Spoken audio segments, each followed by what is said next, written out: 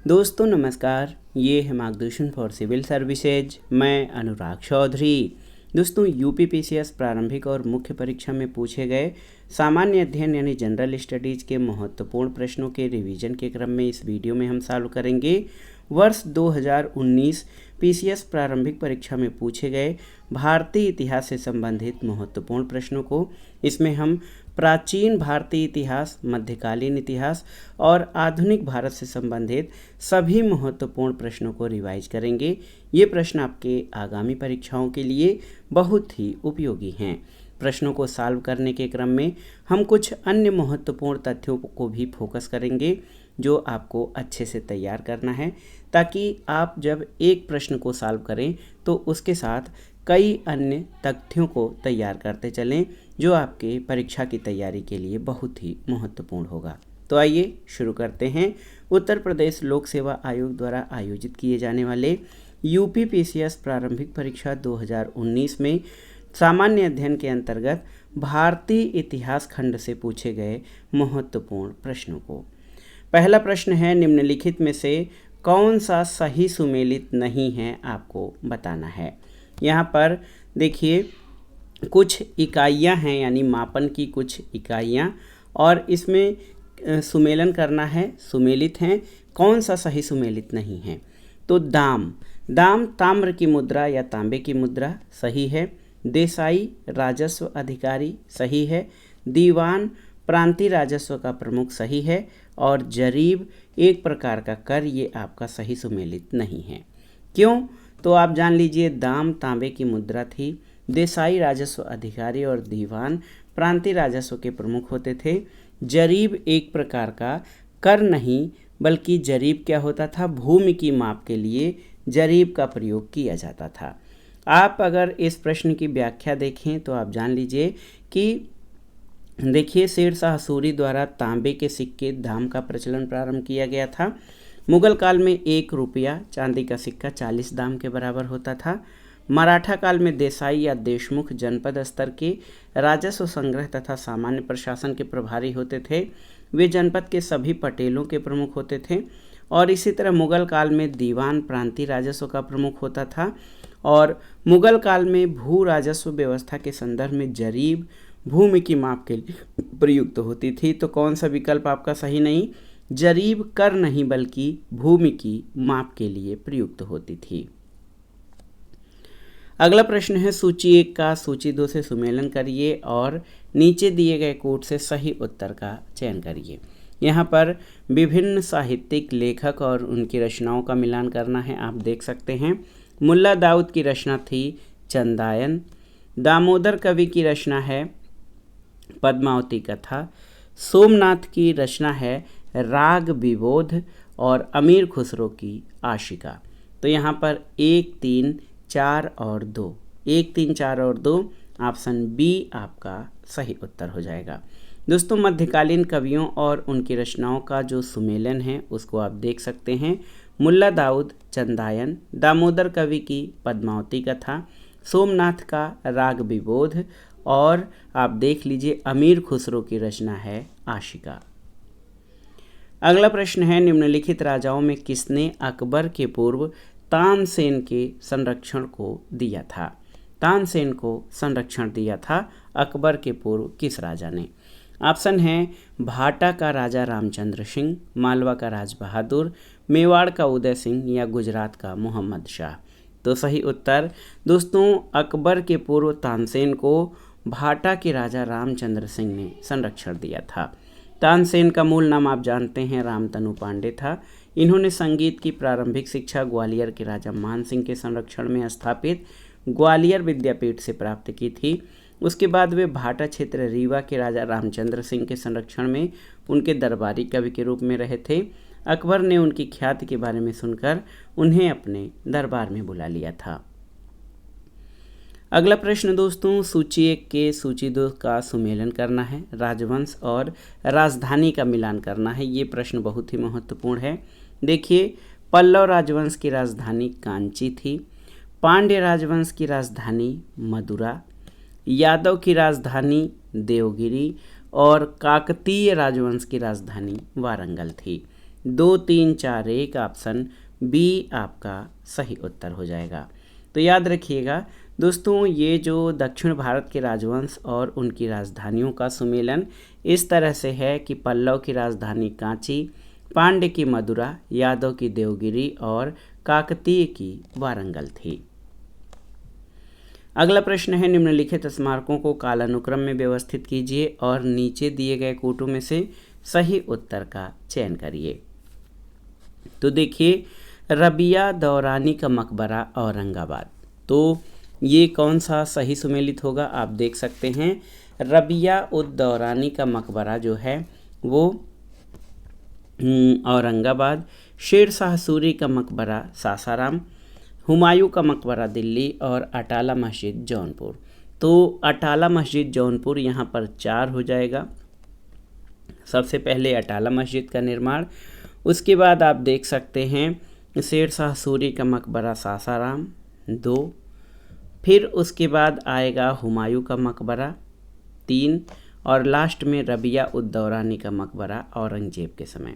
तो 4 2 3 1 यहाँ पर देखिए ऑप्शन बी आपका सही उत्तर है। दोस्तों आप देखिए, जौनपुर की अटाला मस्जिद का निर्माण इब्राहिम शाह शर्की द्वारा 1408 के आसपास कराया गया। शेर शाह सूरी 1540 से 1545 ने स्वयं अपना मकबरा सासाराम में बनवाया। दिल्ली स्थित हुमायूं के मकबरे का निर्माण कार्य अकबर की सौतेली माँ हाजी बेगम की देखरेख में पूरा हुआ था और औरंगजेब के पुत्र आजम शाह ने अपनी माँ रबिया दौरानी की स्मृति में औरंगाबाद में 17वीं सदी में मकबरे का निर्माण कराया। तो सही क्रम ऑप्शन बी हो जाएगा। अगला प्रश्न है, मनसबदारी व्यवस्था के संदर्भ में कौन से कथन सही हैं? 2 कथन आपके दिए गए हैं। पहला कथन है कि मनसबदारी व्यवस्था राज्य के कुलीन वर्ग से संबंधित थी जिसे अकबर ने प्रारंभ किया, बिल्कुल सही। दूसरा है, मनसबदारी का पद पैतृक था, तो ये सही नहीं है। केवल एक आपका सही है, ऑप्शन ए सही उत्तर है। दोस्तों, मुगल काल में मनसबदारी पद्धति की शुरुआत अकबर के काल में उसके शासन के 19वें वर्ष 1575 से मानी जाती है। इसमें जात और सवार पद का विभाजन उसने अपने शासनकाल के 40वें वर्ष से किया था। मनसब जो है मुगल नौकरशाही में पद और वरीयता क्रम निर्धारित करता था। ये प्रशासनिक और सैन्य पद था। मनसबदारों की नियुक्ति और उनका वरीयता क्रम बादशाह निर्धारित करता था और केवल सेवा काल तक ही ये पद रहता था, यानी ये पद वंशानुगत या पैतृक पद नहीं था। अगला है, निम्नलिखित में से किस मंदिर को विदर्भ के खजुराहो के रूप में भी जाना जाता है? ऑप्शन है मार्कंडेश्वर, कैलाश, मनुदेवी या फिर भीमाशंकर। तो सही उत्तर मार्कंडेश्वर मंदिर। मार्कंडेश्वर मंदिर कहाँ है? महाराष्ट्र के गढ़चिरौली जिले में वेनगंगा नदी के तट पर अवस्थित मार्कंडेश्वर मंदिर को विदर्भ के खजुराहो के नाम से जाना जाता है। पश्चिमी भारत में स्थित नागर शैली में निर्मित ये मंदिर हिंदू धर्म से संबंधित है। 16 जुलाई 2019 को पत्र सूचना ब्यूरो यानी PIB द्वारा प्रकाशित संस्कृति मंत्रालय भारत सरकार की विज्ञप्ति के अनुसार इस मंदिर का जीर्णोद्धार कार्य भारतीय पुरातत्व सर्वेक्षण द्वारा त्वरित गति से कराया जा रहा है। तो ये है मार्कंडेश्वर मंदिर, जो कि विदर्भ के खजुराहो के नाम से जाना जाता है। अगला प्रश्न कथन और कारण से संबंधित है। देखिए, कथन है आपका कि अकबर ने शेरशाह की तरह राज्य के सिक्कों के प्रचलन को नियमित करने का प्रयास किया, बिल्कुल सही है। कारण है कि शेरशाह की मुद्रा पद्धति के समान अकबर के समय का ताम्र का प्रमुख सिक्का दाम था, तो सही है। यहाँ पर आप देख सकते हैं कथन और कारण दोनों सही हैं, लेकिन कारण कथन की सही व्याख्या नहीं कर रहा है। दोस्तों, अकबर ने शेरशाह की तरह राज्य के सिक्कों के प्रचलन को नियमित करने का प्रयास किया। इसके परिणामस्वरूप अकबर और उसके उत्तराधिकारियों के शासनकाल के दौरान मुगल साम्राज्य में व्यापारिक कारोबार के लिए स्वर्ण मुहर, चांदी के रुपया और तांबे के दाम के रूप में मानक सिक्कों का प्रचलन और प्रचार किया गया। शेरशाह की मुद्रा पद्धति के समान अकबर के समय भी तांबे का प्रमुख सिक्का दाम था और 1 रुपया में 40 दाम होते थे। राज्य की आय व्यय की गणना दाम में की जाती थी। इस प्रकार कथन और कारण दोनों सही हैं और कारण कथन की सही व्याख्या करता है, लेकिन कारण कथन की सही व्याख्या नहीं है। दोस्तों आप देखिए, शेरशाह की मुद्रा पद्धति के समान अकबर के समय ताम्र का प्रमुख सिक्का दाम था। अगला प्रश्न है, निम्नलिखित युद्धों को कालक्रम में व्यवस्थित करिए और दिए गए कोड से सही उत्तर का चयन करिए। बहुत ही महत्वपूर्ण है।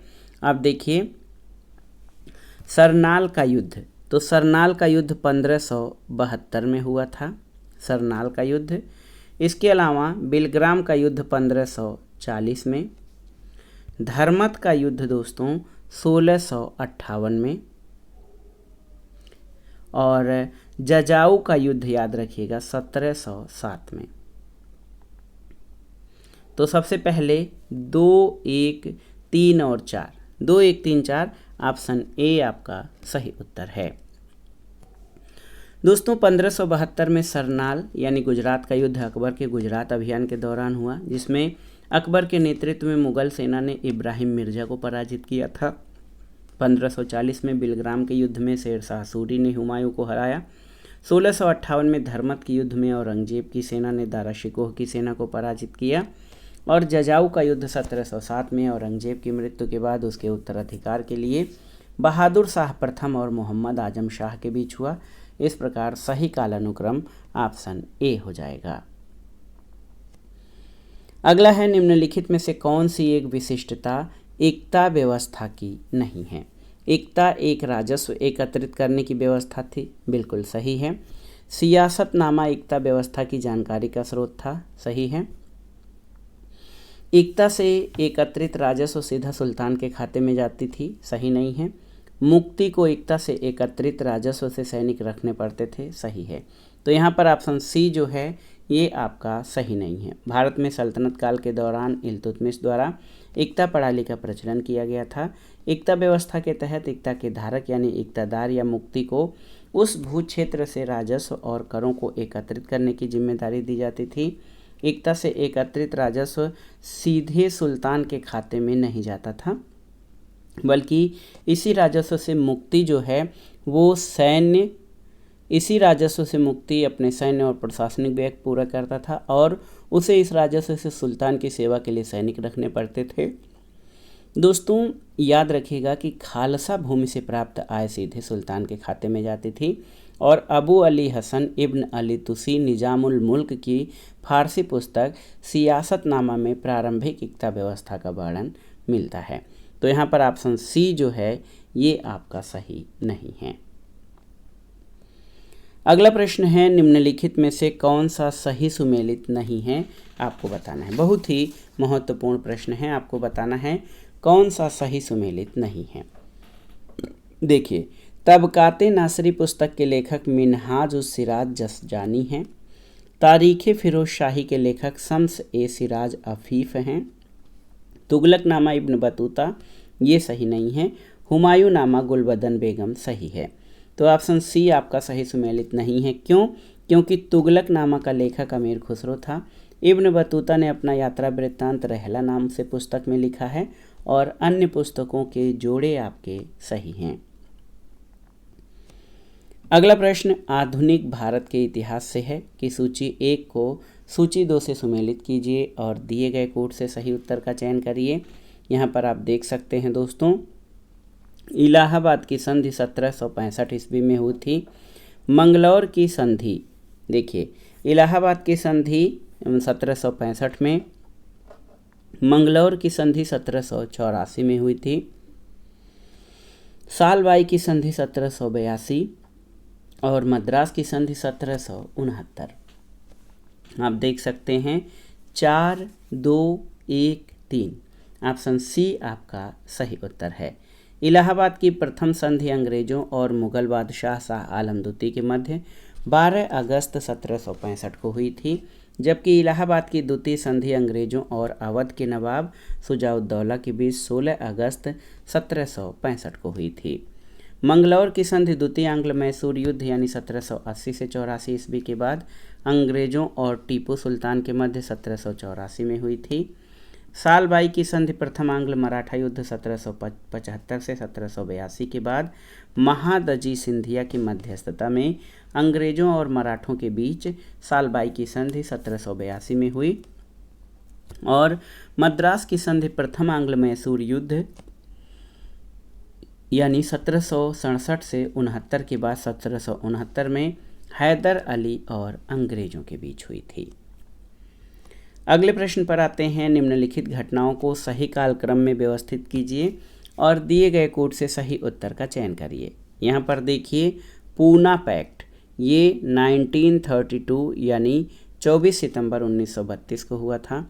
गांधी इरविन समझौता, देखिए गांधी इरविन समझौता कब हुआ था, तो ये 5 मार्च 1931 को हुआ था। क्रिप्स मिशन, तो क्रिप्स मिशन 1942 में भारत आया था। और सविनय अवज्ञा आंदोलन, आप जानते हैं सविनय अवज्ञा आंदोलन ये कब हुआ था, तो दांडी मार्च और नमक कानून के उल्लंघन के साथ सविनय अवज्ञा आंदोलन 1930 में शुरू हुआ था। तो सही क्रम हो जाएगा 4, 2, 1, 3। 4, 2, 1, 3 ऑप्शन सी आपका सही उत्तर है। अगर इस प्रश्न की व्याख्या देखें तो सविनय अवज्ञा आंदोलन गांधी जी के नेतृत्व में हुए दांडी मार्च और नमक कानून के उल्लंघन के साथ 1930 में प्रारंभ हुआ, जो 5 मार्च 1931 को हुए गांधी इरविन समझौते के बाद स्थगित कर दिया गया था। 16 अगस्त 1932 को ब्रिटिश प्रधानमंत्री रैमजे मैकडोनाल्ड द्वारा घोषित सांप्रदायिक पंचाट के बाद गांधी जी और अंबेडकर के मध्य पूना समझौता 24 सितंबर 1932 को हुआ था और क्रिप्स मिशन 1942 में भारत आया था। अगला प्रश्न है, असैनिक प्रशासन यानी सिविल सर्विसेज 1905 के संदर्भ में कौन सा कथन सही है, आपको बताना है। देखिए, लॉर्ड कर्जन ने प्रांतीय सीमाओं को पुनर्गठित करने का निर्णय लिया, सही है। पूर्वी बंगाल और असम नामक एक नया प्रांत बनाया गया, तो कथन 1 और 2 दोनों ही सही है। वर्ष 1905 में वायसराय लॉर्ड कर्जन ने प्रांतीय सीमाओं को पुनर्गठित करने का निर्णय लिया। इसने बंगाल को 2 भागों में बांटकर पूर्वी बंगाल और असम नामक एक नया प्रांत बनाया और बंगाल के पश्चिमी भाग में शेष बंगाल, बिहार, उड़ीसा आदि को शामिल किया। इसके अतिरिक्त उसने मद्रास और मध्य प्रांत और बरार की सीमाओं में भी बदलाव किया था। अगला प्रश्न है, मुस्लिम लीग और भारतीय राष्ट्रीय कांग्रेस के बीच राजनीतिक गतिरोध को दूर करने के लिए CR फार्मूला किसने बनाया था, तो सही उत्तर राजगोपालाचारी। दोस्तों, C राजगोपालाचारी को शार्ट में CR कहा जाता है। मद्रास प्रांत के प्रभावशाली नेता C राजगोपालाचारी ने मुस्लिम लीग और भारतीय राष्ट्रीय कांग्रेस के बीच राजनीतिक गतिरोध दूर करने के लिए जुलाई 1944 में दोनों पक्षों के मध्य समझौते की एक योजना गांधी जी की ने स्वीकृति से प्रस्तुत की, जिसे CR फार्मूला कहा जाता है। जिन्ना ने इस फार्मूले को अस्वीकार कर दिया था। अगले प्रश्न पर आते हैं। एक महत्वपूर्ण पुस्तक है, आप देखिए, the rise and growth of economic nationalism in India. इसके लेखक कौन थे? ऑप्शन है पार्थ सारथी गुप्त, S गोपाल, BR नंदा या बिपिन चंद्र। तो सही उत्तर बिपिन चंद्र, ऑप्शन डी सही उत्तर है। The rise and growth of economic nationalism in India, economic policies of Indian national leadership 1882 to 1905 प्रसिद्ध इतिहासकार बिपिन चंद्र के द्वारा लिखी गई है।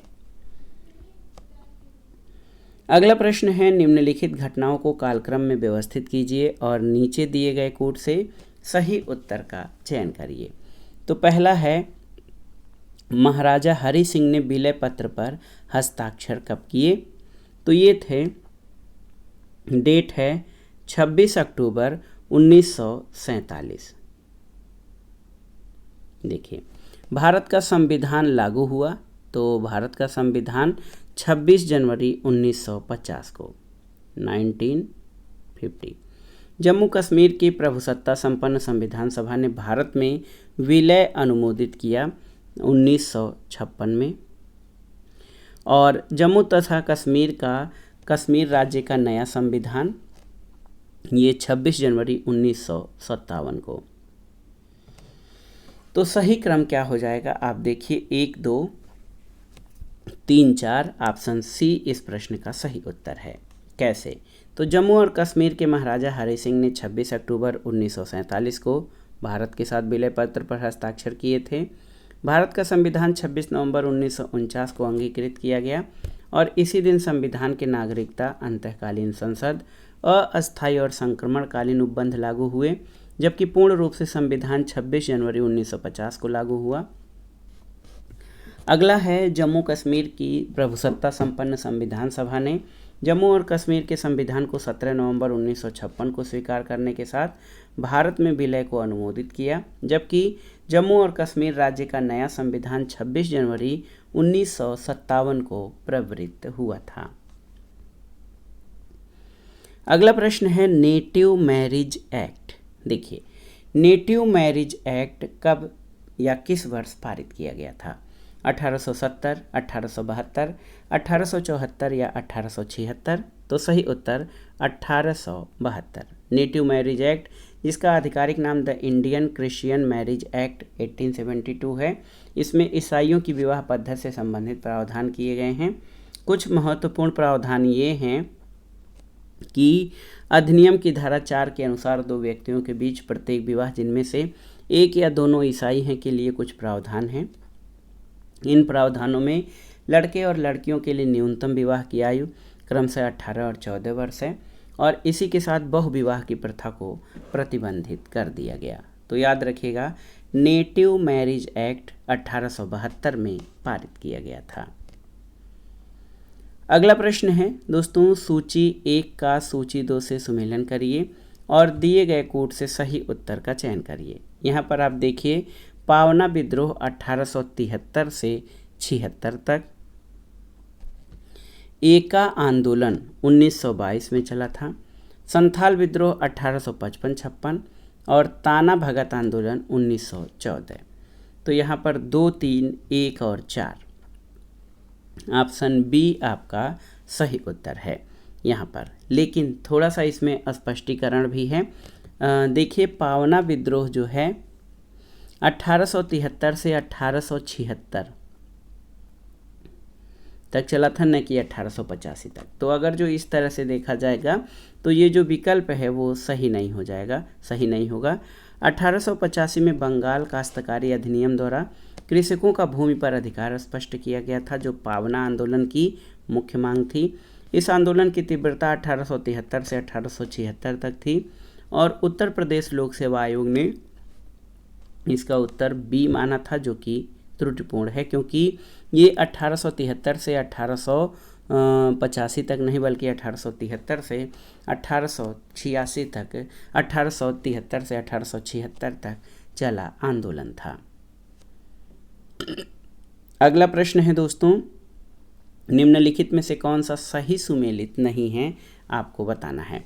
भारतीय जल सेना अधिनियम 1927 सही है, सविनय अवज्ञा आंदोलन 1930 सही है, द्वितीय गोलमेज अधिवेशन 1931 सही है, सांप्रदायिक निर्णय 1933 ये आपका सही नहीं है। क्यों? तो ये है वर्ष 1932। दोस्तों, अंग्रेजों की बांटो और राज करो की नीति के तहत ब्रिटिश प्रधानमंत्री रैमजे मैकडोनाल्ड द्वारा 16 अगस्त 1932 को सांप्रदायिक निर्णय यानी कम्युनल अवार्ड प्रस्तुत किया गया। इसके तहत दलित वर्ग को अल्पसंख्यक श्रेणी में मानते हुए मुसलमानों और सिखों के साथ उनके लिए विधानमंडलों में सीटों के आरक्षण और पृथक निर्वाचन मंडलों की व्यवस्था की गई। तो ये सांप्रदायिक निर्णय 1932 है, न कि 1933। इसमें आप जान लीजिए, भारत सरकार भारतीय नौसेना अधिनियम 1927 का है, सविनय अवज्ञा आंदोलन का प्रारंभ 1930 में हुआ, द्वितीय गोलमेज सम्मेलन 7 सितंबर से 1 दिसंबर 1931। तो दोस्तों, उत्तर प्रदेश लोक सेवा आयोग द्वारा इस प्रश्न को मूल्यांकन से बाहर कर दिया गया था। अगला प्रश्न है कि निम्नलिखित घटनाओं को कालक्रम में व्यवस्थित कीजिए और दिए गए कूट से सही उत्तर का चयन करिए। बहुत ही महत्वपूर्ण प्रश्न है। इसमें साइमन आयोग की नियुक्ति आप देख सकते हैं। साइमन आयोग की नियुक्ति 1927 में की गई थी, याद रखिएगा। जलियांवाला बाग हत्याकांड 1919 का है। महात्मा गांधी की दांडी यात्रा 1930 का है। और फिरोज शाह मेहता की मृत्यु दोस्तों 1915 में हुई थी। तो सबसे पहले 4, 2, 1, 3 4, 2, 1, 3 ऑप्शन ए आपका सही उत्तर हो जाएगा।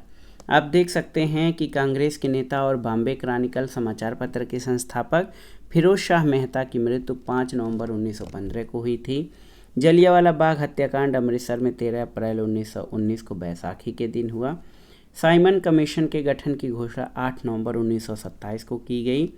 महात्मा गांधी ने अपने 80 चुने हुए अनुयायियों के साथ 12 मार्च 1930 को अहमदाबाद के साबरमती आश्रम से ऐतिहासिक दांडी मार्च की शुरुआत की और 5 अप्रैल 1930 को दांडी जिला नवसारी गुजरात पहुंचकर अगले दिन 6 अप्रैल 1930 को वहां नमक कानून तोड़ा था। और इस प्रकार सही कालानुक्रम ऑप्शन ए हो जाएगा।